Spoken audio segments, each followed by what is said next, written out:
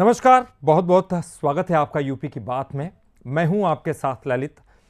आज हम जो चर्चा करने वाले हैं उसका विषय है चुनाव की आहट, बीजेपी की जमावट। दिल्ली से बीजेपी ने उत्तर प्रदेश में मिशन 2027 का बिगुल और तेज कर दिया है। प्रदेश प्रभारी के तौर पर विनोद तावड़े और सह प्रभारी के तौर पर जगदीश ईश्वर भाई पटेल की नियुक्ति को चुनावी तैयारियों की एक बड़ी कड़ी माना जा रहा है। इसके साथ ही राष्ट्रीय अध्यक्ष नितिन नवीन की नई टीम में यूपी से 8 नेताओं को अहम जिम्मेदारियां मिलना भी पार्टी के लिए एक बेहद महत्वपूर्ण है। सबसे ज्यादा यहीं से प्रतिनिधित्व दिया गया है। स्मृति ईरानी को राष्ट्रीय महासचिव बनाया गया है, तो वहीं तारिक मंसूर को राष्ट्रीय उपाध्यक्ष बनाए जाने से पश्चिमी यूपी में पार्टी की रणनीति को मजबूती मिल सकती है। यानी यूपी से इन शहरों को राष्ट्रीय टीम में जगह देना सिर्फ सम्मान नहीं, बल्कि 2027 के लिए यूपी के अलग अलग सामाजिक और क्षेत्रीय समीकरणों को साधने की तैयारी का संकेत भी दिखाई दे रहा है। साफ है कि बीजेपी 2027 के रण को लेकर संगठन से लेकर तो बूथ तक अपनी तैयारियों को धार देने में जुट गई है। विनोद तावड़े के चुनावी प्रबंधन और जमीनी रणनीति के अनुभव का इस्तेमाल पार्टी यूपी के सियासी समीकरण को साधने में करना चाहती है। जातीय समीकरणों को साधना, कार्यकर्ताओं में जोश बनाए रखना, बूथ मैनेजमेंट को मजबूत करना, ये देखिए ये असली चुनौती होगी। सवाल बड़ा है, क्या बीजेपी की नई टीम 2027 में सत्ता की हैट्रिक का रास्ता आसान कर पाएगी?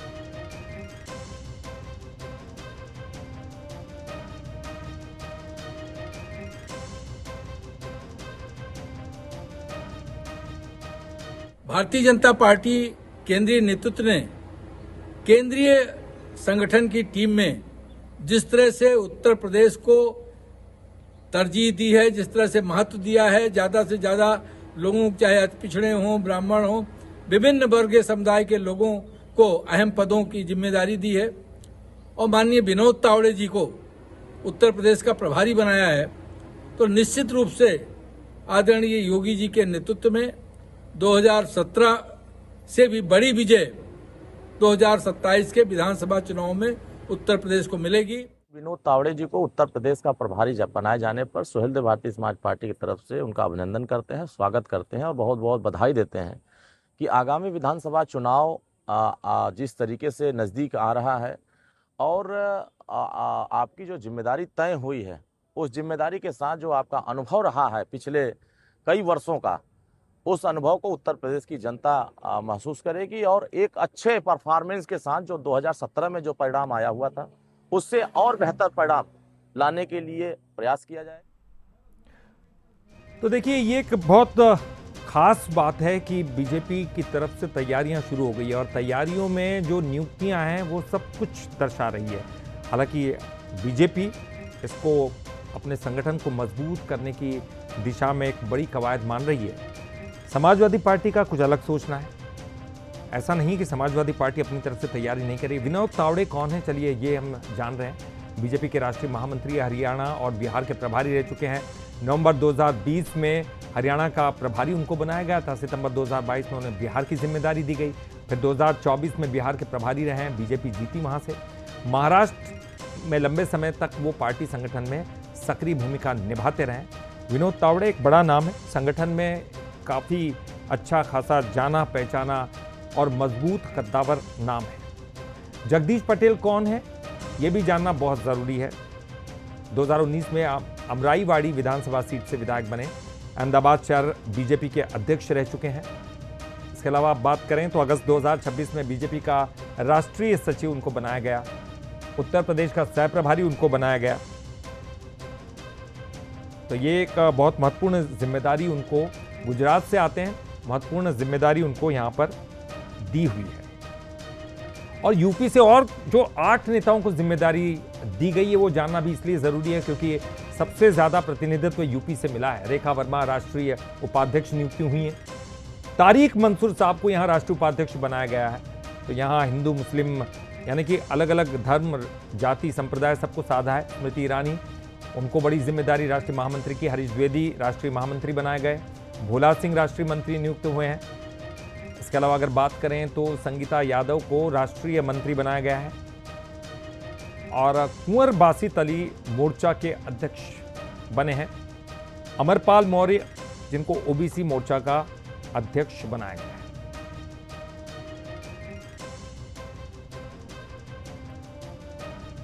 तो ये मिशन क्या 2027 की तैयारी है? नजर 2027 पर है। यूपी के चुनाव अगले साल ही होने वाले हैं और बहुत ज़्यादा समय बचा नहीं है, क्योंकि पार्टियां तो अपनी कवायद करना शुरू कर देती हैं।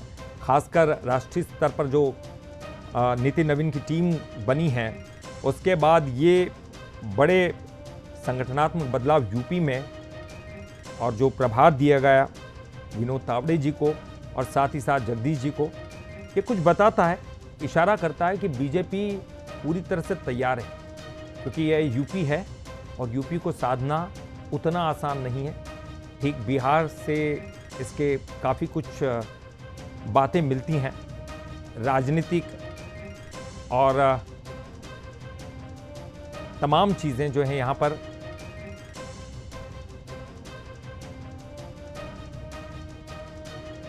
और चलिए अब चर्चा की शुरुआत करते हैं। हमारे साथ मेहमान मौजूद हैं। यश भारती जी हमारे साथ जुड़े हैं, समाजवादी पार्टी के प्रवक्ता हैं। यश भारती जी, आपका बहुत बहुत स्वागत करते हैं। आगे शम्स आज़ाद जी भी हमारे साथ जुड़ेंगे बीजेपी से और वरिष्ठ पत्रकार, उनसे भी बात करेंगे। लेकिन यश जी, आपसे जानना चाहेंगे, देखिए ये कहा जाता है कि चुनाव और चुनावी मोड में सभी पार्टियां नजर आनी चाहिए। एक साल बचा है, मतलब अगले ही साल चुनाव है। निश्चित तौर पर आपकी पार्टी भी मजबूती के साथ तैयारियों में लगी है। क्या कहेंगे बीजेपी की तरफ से जो नियुक्तियां हुई हैं, दो बड़ी और कद्दावर नियुक्तियां हुई हैं?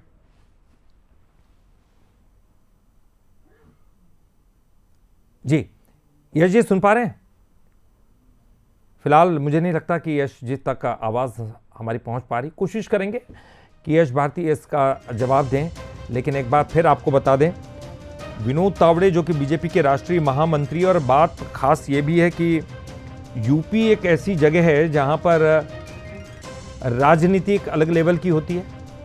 यहां पर जातिगत समीकरण बहुत खास ख्याल रखना पड़ता है सभी पार्टियों को, वो असर डालते हुए दिखाई देते हैं जातिगत समीकरण।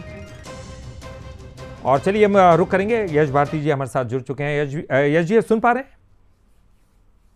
हाँ, मुझे आवाज आ रही है आपकी। मैं ये आपसे पूछना चाह रहा हूं कि चूंकि अगले साल ही चुनाव यूपी में है, तमाम तैयारियां, मुझे लगता है कि कवायद में समाजवादी पार्टी भी मजबूती के साथ जुटी होगी। बीजेपी ने एक स्टेप आगे बढ़ा दिया है और दो बड़ी नियुक्तियां हुई हैं। किस तरह से देखते हैं, ये चुनौती है आपके लिए या बहुत लड़ना आसान हो जाएगा आपको? जनता पार्टी का अंदरूनी मामला है, वो किसको किस पद पे बैठाते हैं, किसको किस पद से हटाते हैं, इससे समाजवादी पार्टी का कोई बहुत लेना देना है नहीं। लेकिन जब आप सवाल करेंगे तब हम जवाब इस बात का जरूर देंगे कि भारतीय जनता पार्टी ने जिनको नियुक्त किया है उन खास क्या है। जिन पदाधिकारियों को उत्तर प्रदेश से लिया है उसमें मुझे लगता है कि 90% लोग वो हैं जो अपना चुनाव हार चुके हैं। अब हारे हुए लोग अगर चुनाव जिताने की तैयारी कर रहे हो भारतीय जनता पार्टी को, तो वो सब प्रभु राम के भरोसे होंगे, प्रभु राम के चुराए हुए चढ़ावे के भरोसे होंगे। इसीलिए उनका ये कॉन्फिडेंस लगता होगा। जिस तरीके से उत्तर प्रदेश में चढ़ावा चोरों को बचाया जा रहा है उत्तर प्रदेश की सरकार के माध्यम से, जांच के नाम पे और एफआईआर में देरी के नाम पे, सीसीटीवी कैमरे की जिसके पास निगरानी की जिम्मेदारी थी, 40 दिन में 70 लाख चोरी हुई, उसको गोरखपुर ट्रांसफर कर दिया गया। उससे सवाल जवाब नहीं किए गए कि भाई तुम निगरानी कर क्या रहे थे। माननीय अखिलेश यादव जी ने जिस चढ़ावे चोरी के विषय को उठाया तो चंपत राय आगे आ गए कि नहीं, कोई चोरी हुई ही नहीं है, और वो चंपत राय जी को फिर बचाने का काम किया जा रहा है। तो लगातार चोरों को बचाने का काम, चोरी करने वालों को, ये पूरा उत्तर प्रदेश का इतिहास है। पेपर लीक करने वालों को बचाया जा रहा है, आरक्षण की चोरी की जा रही है, प्रभु राम के चढ़ावे की चोरी की जा रही है, 26,000 प्राइमरी स्कूल बंद किए जा रहे हैं। तो इस सरकार के पास उपलब्धि के नाम पे कुछ बचा नहीं। संगठन में भी आप ये देखिए कि प्रदेश के जो प्रदेश अध्यक्ष बनाए गए हैं वो केंद्रीय मंत्री थे और 7 बार के सांसद हैं, लेकिन राष्ट्रीय अध्यक्ष किसको बनाया गया? जो 5 बार के विधायक और राज्य में मंत्री थे।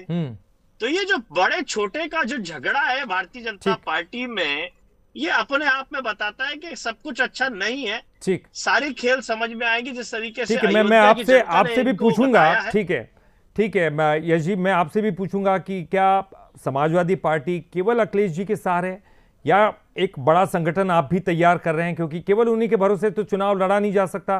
आपको एक फौज भी खड़ी करनी होगी। नहीं, निश्चित तौर पर उनका उनका बहुत बड़ा योगदान है पार्टी में, लेकिन एक बड़ी टीम भी जरूरत होती है, उसके बारे में मैं चर्चा करूंगा आपसे। लेकिन पहले हमारे साथ दो मेहमान और जुड़ चुके हैं, उनका भी मैं रुख कर लेता हूं। शमसी आज़ाद जी जुड़े हैं, बीजेपी के नेता। शमसी जी, बहुत बहुत स्वागत करता हूं आपका। रतिभान त्रिपाठी जी हमारे साथ वरिष्ठ पत्रकार जुड़े हैं। रतिभान जी, आपका भी बहुत बहुत स्वागत है। शमसी जी, मैं आपसे जानना चाहूंगा, देखिए विपक्षी पार्टियां आरोप ये लगाएंगी कि आपके पास कोई मजबूत टीम नहीं थी, लेकिन जिस तरह से नियुक्तियां हुई है, विनोद तावड़े जी को एक बड़ी जिम्मेदारी दी गई है, क्या हाई अलर्ट मोड पर आ गए हैं आप भी 2027 को लेकर? जी देखिए, भारतीय जनता पार्टी पर आरोप हमेशा लगता रहता है कि ये हमेशा चुनावी मोड में रहते हैं, और वो भी क्यों ना, क्योंकि विश्व की सबसे बड़ी पार्टी है और भारत में हर दूसरे तीसरे महीने कहीं ना कहीं चुनाव, छोटे मोटे चुनाव, पार्षदी के, सभासदी के, जिला पंचायती के, नगर पंचायती के, ये सारे चुनाव लेकर कहीं ना कहीं भारतीय जनता पार्टी हमेशा जो है अपने कार्यकर्ताओं, अपने संगठन को लेकर हमेशा तैयार रहती है। आपने देखा जिस तरीके से अभी राष्ट्रीय टीम की घोषणा की गई, उसमें कहीं न कहीं उत्तर प्रदेश को जो 8 नेता दिए गए, ये बिल्कुल साफ संकेत है कि पूरी तरीके से गंभीरता के साथ भारतीय जनता पार्टी इस बार 2027 का चुनाव लड़ने जा रही है, और कहीं न कहीं पूरी दमखम के साथ। और जो उसके पास योजनाएं हैं, जो कार्यकर्ता है, जो उनके पास संगठन है, ऐसा न संगठन किसी के पास है, न इतनी योजनाएं किसी के पास है। मतलब ये आप समझ लें कि विपक्ष पूरी तरीके से शून्य है भारतीय जनता पार्टी के सामने। लेकिन उसके बावजूद अभी आपने देखा कि 48 डिग्री टेम्परेचर में जिस तरीके से नितिन नवीन जी का लखनऊ में हजरतगंज मुख्यालय पे आना होता है, पहली बार आपने देखा होगा कि अपार जनसैलाब जो है अमौसी एयरपोर्ट से लेकर हजरतगंज कार्यालय तक देखने को मिला। तो ये कहीं न कहीं कार्यकर्ताओं में जो है ऊर्जा का संचार करने के लिए काफी होता है। और उसके बाद भारतीय जनता पार्टी अपनी योजनाओं को लेकर, अपने कार्यक्रम को लेकर दिन प्रतिदिन हमने ये देखा है कि ऐसी पार्टी है कि जो जीतने के बाद भी लगातार जो है जनता के बीच में रहने का काम करती है, और जनता से उसका ऐसा एक अटूट रिश्ता हो जाता है कि जब वो उन्हीं के बीच का प्रत्याशी जब चुनकर उनके बीच में जाता है चुनाव के समय में, तो उनको लगता है कि आपसी रिश्ते इनके मजबूत है, और ये कहीं न कहीं जांचे परखे हुए आदमी है। और ये भारतीय जनता पार्टी का सबसे बड़ा मूल मंत्र है। लेकिन 2000 शमसी जी, वही घिसी पिटी पार्टी, वही 24 के लोकसभा चुनाव में जो झटका लगा बीजेपी को, क्या उससे एक बड़ा सबक लिया है बीजेपी ने? सबसे बड़ा सवाल यह है, क्योंकि आप जिस राजनीति को दूर रखकर देख रहे थे, जातिगत राजनीति काफी मजबूती के साथ यहाँ पर रखी जाती है, जो नैरेटिव सेट हो जाते हैं, आपको लगता है कि आपसे जो गलतियां हुई थी अब वो नहीं होगी? क्या विनोद तावड़े की नियुक्ति या फिर जगदीश जी की नियुक्ति क्या उसी तरफ इशारा कर रही है? बिल्कुल बिल्कुल। देखिए, जो विनोद तावड़े जी ने अभी जो जिम्मेदारी निभाई हरियाणा और बिहार की, और उनके नेतृत्व में जिस तरीके से चुनाव जीतेगा, जिस तरीके से भारतीय जनता पार्टी दोनों राज्यों पे दूसरी कब्जा किया है, उसी तरीके से आप उत्तर प्रदेश को अगर आप देखेंगे तो उत्तर प्रदेश की जनता ने तो पहले ही तय करके रखा है कि उनको योगी जैसा मुख्यमंत्री चाहिए, उनको ऐसा मुख्यमंत्री चाहिए कि कम से कम उनके घर से अगर उनकी बहू बेटियां कहीं निकल कर रोजगार के लिए या पढ़ाई के लिए जाती है तो सुरक्षित वापस आए, उनके बच्चे अगर स्कूल के लिए जाते हैं या कहीं जॉब के लिए जाते हैं तो उनके बच्चे वापस आए, उनके घर का परिवार के जो जीविकोपार्जन करने वाला परिवार का जिम्मेदार व्यक्ति। यानी पहले जो होता था कि अगर आने में देर होती थी तो आदमी ये समझ जाता था कि उसका अपहरण हो चुका है, और अब जो है घर वाले परेशान हो जाते थे। लेकिन आज ये स्थिति पूरी तरीके से बदल चुकी है, क्योंकि उत्तर प्रदेश में जो एक माफियाओं का साम्राज्य था, जो विशेष नंबर की गाड़ियां चला करती थी, जो गाड़ी के शीशों से बंदूक की संगीनें निकली रहती थी, वो सारी चीजें समाप्त हो चुकी हैं। आज गाजियाबाद से गाजीपुर तक का सफर महिलाएं किसी भी वक्त 24 आवर्स कर सकती हैं। रोड कनेक्टिविटी की बात कर लें, एयरपोर्ट की बात कर लें, सुलभ जो है इसके स्वास्थ्य सेवाओं की बात कर लें, तो कहीं ना कहीं ये सारी चीजें भारतीय जनता पार्टी को जिताने में अहम योगदान देती है। ये आपकी उपलब्धियां ये जनता के सामने जाएंगी, और फिर जनता उसके ऊपर फैसला करेंगे कि वाकई में ये सब कुछ हुआ है कि नहीं हुआ है, क्योंकि यश भारती भी कुछ इस पर जवाब देना चाहेंगे और उस पर कुछ विरोध में ही जवाब देंगे। लेकिन मैं पहले रतिभान जी के पास जाना चाहूंगा। रतिभान जी, बिहार की जिस तरह की पॉलिटिक्स हम देखते थे, ठीक उसी तरह की पॉलिटिक्स यूपी में भी दिखाई देती है। बिल्कुल अलग जातिगत राजनीति, यहाँ सोशल इंजीनियरिंग का प्रयोग किया जाता है। हमने अलग अलग मोर्चों पर देखा, यहाँ तक कि मायावती जी ने भी यहाँ पर सोशल इंजीनियरिंग का प्रयोग किया था। ये यहाँ बिल्कुल ही अलग सब कुछ चलता है। हम देख रहे हैं तावड़े जी की नियुक्ति, जगदीश जी की सोशल इंजीनियरिंग का प्रयोग करते हुए तावड़े जी की नियुक्ति, और हमने ये देखा कि बिहार में जिस तरह से उन्होंने चुनाव जिताया, 2 साल में उनको 2 साल पहले उनको जिम्मेदारी दी थी, लेकिन उसके बाद जो उन्होंने मेहनत की है वहाँ पर, और वहाँ की पॉलिटिक्स और यहाँ की पॉलिटिक्स बिल्कुल मिलती जुलती। आप किस तरह से देखते हैं इन नई नियुक्तियों को लेकर? क्या एक कदम आगे है बीजेपी, या फिर समाजवादी पार्टी के पास मौके बहुत हैं? देखिए ललित जी, भारतीय जनता पार्टी हमेशा चुनाव के मोड में रहती है। ये आरोप नहीं, ये सच्चाई है। उनकी अपनी तैयारियां होती हैं, उनके अपने तरीके होते हैं। चुनाव जीतने के लिए जो रणनीति बनाई जानी चाहिए वो बनाते हैं, बनाने की कोशिश करते हैं। हार जीत लगी रहती है। 24 में चुनाव भारतीय जनता पार्टी हारी उत्तर प्रदेश में, बड़ी संख्या में इनकी सीटें हाथ से निकल गई, लगभग आधी सीटें हो गई। ये भी एक सच्चाई है। लेकिन 2027 का चुनाव जो आ रहा है उसकी तैयारियां भी पुरजोर तरीके से चल रही हैं। और उस कड़ी में जिस तरह से अभी जो पदाधिकारी बनाए गए उत्तर प्रदेश के 8 पदाधिकारी हैं, उनको अलग अलग जातीय समुदाय से हैं, अलग अलग क्षेत्र से हैं, वो तैयारी का एक प्रथम हिस्सा है। फिर विनोद तावड़े और जगदीश ईश्वर भाई पटेल को सह प्रभारी के रूप में बनाया गया है। तो ये भी एक नई रणनीति है। अभी विनोद तावड़े जी जो वहां गए थे बिहार में, उनके नेतृत्व, उनके रणनीति के हिसाब से बिहार में भारतीय जनता पार्टी ने बहुत अच्छा काम किया, परफॉर्मेंस आई। शायद उसी प्रयोग के आधार पर पार्टी नेतृत्व ने सोचा होगा कि नहीं, इन्हें उत्तर प्रदेश में भेजना चाहिए और वो हमारी सफलता की सूत्रधार बन सकते हैं। ये इसमें कोई दो राय नहीं कि भारतीय जनता पार्टी में इस दौर में पिछले 1-2 महीनों के भीतर जब से ये कई समस्याएं आई हैं, चाहे वो सीजेपी की समस्या हो या छात्रों ने का जेन अल्फा जेन जी की समस्या हो, ये नई समस्याएं खड़ी हुई हैं। इनको भारतीय जनता पार्टी कैसे एड्रेस करेगी, कैसे जल्दी से जल्दी अपने मतदाताओं के बीच अपनी बात को रख पाएगी, ये एक बड़ी चुनौती है। लेकिन भारतीय जनता पार्टी इन चुनौतियों के लिए मास्टर मानी जाती है। अब देखना ये होगा कि विपक्ष अपनी रणनीति पे कहां तक सफल होता है, उसी पर भारतीय जनता पार्टी की परफॉर्मेंस या आगे की रणनीति सफल होगी या आप पीछे जाएगी। ये परिस्थिति डिपेंड करेगी कि भारतीय जनता विपक्ष और भारतीय जनता पार्टी की जो चूहा बिल्ली का खेल चल रहा है, जो दिख रहा है, रणनीति क्या होगी, आगे चल करके किस आगे बैठेगा, ये कहना कठिन है। यश जी, मैं आपसे जानना चाहूंगा, लोकसभा में आपका प्रदर्शन अच्छा रहा है, समाजवादी पार्टी ने अच्छा प्रदर्शन किया वहां पर, और बीजेपी को जो लग रहा था कि यहाँ पे एक अच्छी खासी जीत हासिल होगी, आपने उनको रोक दिया वहां पर। लेकिन विधानसभा की बात आती है, वो प्रदर्शन आप दोहरा नहीं पाते। इसके पीछे की क्या वजह आपको नजर आती है? क्या जो संगठनात्मक ढांचा है, लोकसभा में जिस तरह से आपने काम किया, क्या वही धरातल पर विधानसभा के चुनाव में भी देखा जाएगा आने वाले? जिस तरीके से भारतीय जनता पार्टी चुनाव लड़ रही है, पुलिस को भारतीय जनता पार्टी का कार्यकर्ता बना के, हमारे तमाम बार बात कहने के बाद चुनाव आयोग ने रात में शाम को 7 बजे आदेश जारी किया कि पुलिस किसी भी मतदाता से किसी भी तरीके का आईडी चेक नहीं करेगी। और सुबह 7 बजे हमने देखा कि सड़कों पे पुलिस आईडी चेक कर रही है, बंदूक दिखा रही है मतदाताओं को, और चुनाव आयोग ने कोई कार्रवाई नहीं।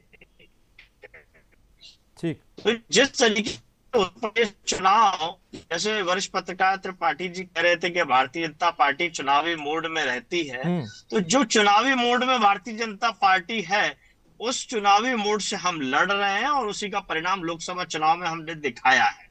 सवाल उठता है कि हमेशा चुनावी मोड में रहने वाली भारतीय जनता पार्टी सत्ता सरकार के माहौल में कब आएगी, जिम्मेदारी कब समझेगी। जो मैंने सवाल किए थे, 26,000 स्कूल बंद हो रहे हैं, जो और सवाल किए अस्पतालों को लेकर के, जो और चीजों को लेकर के, वो सब शून्य के शून्य रहे। शमसी जी कह रहे हैं, या 5 बड़ा, प्रदेश अध्यक्ष बड़ा या राष्ट्रीय अध्यक्ष। यस जी, शमसी जी अभी ये कह रहे थे कि हमारे कार्यकाल में नापतोल है, अपराध बिल्कुल बंद हो गया। समाजवादी पार्टी के कार्यकाल में बहुत ज्यादा अपराध था, यहाँ पर महिलाएं भी आराम से निकल सकती हैं, उनको कोई डर नहीं, किसी तरह की असुरक्षा की भावना नहीं है।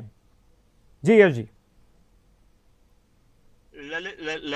ललित भाई, भारतीय जनता पार्टी के विधायक कुलदीप सेंगर को सबने देखा कितना आराम से महिलाएं निकल पाई, गवाह निकल पाए, वकील निकल पाए, सबको मारने का काम किया। और मुख्यमंत्री योगी आदित्यनाथ जी से मिलकर जिस तरीके से कुलदीप सेंगर अस्वस्थ दिखाई दिए, मीडिया को हाथ दिखाते हुए, हेलो हाय करते हुए दिखाई दिए, वो सबने देखा है। और वो जो कॉन्फिडेंस था, और यहां तक देखिए कि कुलदीप सेंगर को जब सजा हो गई तो सरकारी विज्ञापन में कुलदीप सेंगर का फोटो जा रहा था। तो जब सजा दयाफ्ता अपने विधायक को सरकारी विज्ञापनों से प्रतिष्ठित पाने का काम भारतीय जनता पार्टी करती हो, तमाम आज अगर विधानसभा, लोकसभा, राज्यसभा में सबसे ज्यादा अपराधी प्रवृत्ति के लोग अगर किसी पार्टी के हैं तो वो भारतीय जनता पार्टी के हैं। यही अपराध मुक्त समाज होगा भारतीय जनता पार्टी का। इसी को अपराध मुक्त कह रहे होंगे, वो जो आंकड़े कहते हैं उनको झुटला रहे होंगे वो। शमसी जी आंकड़े कुछ और कुछ कह रहे हैं। जी जी शमसी जी, 2014 2015 की बातें भूल के कि जब आपके नेता से कहा जाता था तो कहते हैं कि बच्चे हैं गलतियां कर देते हैं, और बाकायदा थानों से आप जो अपराधियों सर ये वाले बयान, इस वाले बयानों से तो बहुत सारे चुनाव आपने जीते हैं। वर्दियां फाड़ दिया करते थे, किस तरीके से अपहरण आपने कितने किए, कितने बलात्कार किए, ये आपको बताने की जरूरत नहीं है। आपके राज्य में तो सरकार ही माफिया चलाते थे, बलात्कारी और अपराधी सरकार ही चलाया करते थे, आप उन्हीं के भरोसे जो है सरकार चलाया करते थे। और जब से योगी आदित्यनाथ ने इनको जो है या तो जमींदोज किया, या इनकी कब्रें बनी, या इनका एनकाउंटर हुआ, या इनको जेल में भेजा गया, या उत्तर प्रदेश से पलायन कर गए, तब से आपकी समाजवादी पार्टी के कार्यालय ललित भाई क्या मैं कुलदीप सेंगर की जिंदाबाद करने लगूं? दिखाई देते हैं। तो ये कुलदीप सेंगर का जवाब है क्या? सेंगर आज हमारी पार्टी के कुलदीप सेंगर का जवाब है क्या? खड़ा है। मैं कुलदीप सेंगर की जिंदाबाद जिस करने तरीके लगूं से क्या? आपने देखा कि कोई सेंगर की बात, जो इनके अपराधी प्रवृत्ति के विधायक सांसद बैठे हुए हैं, क्या उनकी जय जयकार करने लगूं क्या मैं? उसके ऊपर भी चर्चा कर लीजिए ना। आपने जिन अरे इस पे बताइए कि आज सदन के अंदर आपने जिन आतंकवादियों को जो है मुकदमा वापस करने की बात की, आपने लगातार जो अपराधियों को मंत्रालय देने की बात की, जवाब दीजिए ना, इसमें क्यों नहीं जवाब दे रहे हैं आप? हमारे यहाँ कोई आरोप है तो आप बताइए भाई, हमारे ऊपर कोई आरोप है तो बताइए कि हम इन माफियाओं के पीछे पड़े, हम उनके संरक्षण में चल रहे हैं, या वो मंत्री है या वो सरकार। खुद योगी आदित्यनाथ, भी शासनकाल शमसी जी, और यही वजह है कि मैं आपके चैनल पर, अरे शमसी जी, चैनल पर मैं डंका पीट के कह रहा हूँ कि समाजवादी पार्टी जो लोहिया जी और राम मनोहर लोहिया जी के विचारों पर चला, मैं शमसी जी यही तो कह रहा हूँ। देखिए शमसी जी मैं यही कह रहा हूँ, देखिए अपराध आम आदमी देखता है ना, महिलाएं निकलती हैं नहीं निकलती हैं, सुरक्षित हैं नहीं है, वो जनता के बीच में जाता है। कोई चीज जनता से छुपी हुई नहीं है सर, जनता को सब पता है कि कौन सुरक्षित है कौन नहीं है। मेरा सवाल यह है, आज जो राजनीति हो रही है, मैं ठीक है, मैं आज जो राजनीति हो रही है बिल्कुल अलग ढंग से हो रही है। देखिए बूथ मैनेजमेंट से चुनाव जीते जाते हैं। मैनेजमेंट में कौन पावरफुल है, आप नैरेटिव्स किस तरह से फैला पा रहे हैं, लोगों के बीच कैसे जा रहे हैं, आपकी बात कहां तक पहुंच रही है, ये बहुत इंपॉर्टेंट है। ललित जी अभी आपने देखा कि तिरंगा यात्रा, एक भारतीय जनता पार्टी ने कार्यक्रम चलाया, घर घर तिरंगा, जो वीआईपी कल्चर हुआ करता था कि तिरंगा झंडा वही लहराएगा जो क्षेत्र का सबसे पैसे वाला आदमी हो, अपराधी हो, माफिया हो, बड़ा पैसे वाला हो, पूंजीपति हो, बड़ा नेता, वही फैलाएगा। लेकिन आज भारतीय जनता पार्टी ने घर घर तिरंगा लहराने का जो कार्यक्रम लेके चले, तो आपने देखा होगा कि पूरा देश तिरंगामय हो गया। तो इसी से आप समझ सकते हैं कि भारतीय ठीक है सर, एक आखिरी सवाल। जी बिल्कुल जी, मैं जानना चाहता हूं समाजवादी पार्टी इस बार कांग्रेस के साथ मिलकर लड़ेगी? सर मुझे बता दीजिए, कांग्रेस के साथ मिलकर गठबंधन करके लड़ेंगे आप? मैं आपकी बात का जवाब दे देता हूँ। ये हर घर तिरंगा और तिरंगे की राजनीति जो भारतीय जनता पार्टी के साथ कर रहे थे, इसी आजाद भारत में 2001 पे तीन हिंदुओं ने जब आरएसएस मुख्यालय नागपुर पे तिरंगा लहराया तो उनपे अपराध पंजीबद्ध कराया भारतीय जनता पार्टी आरएसएस के लोगों ने। शर्म नहीं आई तिरंगा फहराने वालों? संगठन में कुछ बदलाव होगा आपका? दूसरा बहुत महत्वपूर्ण पॉइंट है सर। यस जी, समय बहुत कम है। लोहिया ट्रस्ट पे कब झंडा फहराया गया, कोई फोटो आपके पास, कोई वीडियो आपके पास है? यही भारती जी अगर है तो आप दिखला दीजिए। ठीक है सर, मैं देखिए मैं चाहता था कि अपराध से दूर हटकर इस डिबेट को हम देखें।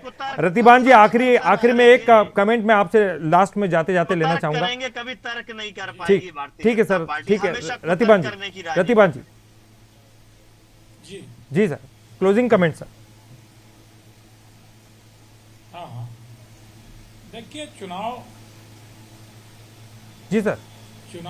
जो होने जा रहा है आगे 6 महीने के भीतर, वो संघर्ष वाला चुनाव होगा, बहुत इजी नहीं होगा। दोनों तरफ से रणबांकुरे निकलेंगे, दोनों तरफ से तलवारें खींचेंगी, दोनों तरफ से आरोप प्रत्यारोप होंगे, लेकिन चुनाव 6 महीने बाद है, उस वक्त तक क्या तस्वीर उभर कर आएगी बिल्कुल निश्चित तभी पता चलेगा कि चुनाव 6 महीने का समय बहुत महत्वपूर्ण दोनों ही पार्टियों के लिए। हम लगातार कहते हैं कि उस 6 महीने में अपनी जमावट आप कैसे रखते हैं, जनता के दिलों तक कैसे पहुंचते हैं और किस तरह से आपकी रणनीति रहती है, बहुत इंपॉर्टेंट रहती है। इसलिए जाते जाते तो मैं यही कहूंगा कि कमर कस लिए पार्टियों ने मैदान सजने लगा है। यूपी की सियासत में नया तूफान उठने लगा है। तावड़े जी की कमान, पटेल का साथ और स्मृति का नया किरदार, सपा के पीडीए के सामने बीजेपी का संगठन तैयार। देखिए नारे बहुत होंगे साहब, दावे भी हजार होंगे, मगर फैसला तो जनता के दरबार में होगा। कौन कितनी जमावट करेगा, बीजेपी ने तो कर ली है, कौन कितनी जमावट करेगा और कौन जनता के दिलों में होगा, ये महत्वपूर्ण सवाल होगा। बहरहाल बहुत बहुत शुक्रिया शमसी जी आपका भी, यश जी आपका भी, रतिभान जी आपका भी बहुत बहुत शुक्रिया। और इसी के साथ इस खास पेशकश में फिलहाल के लिए इतना ही। कहीं मत जाएगा, बंसल न्यूज़ पर खबरों का सिलसिला लगातार जारी।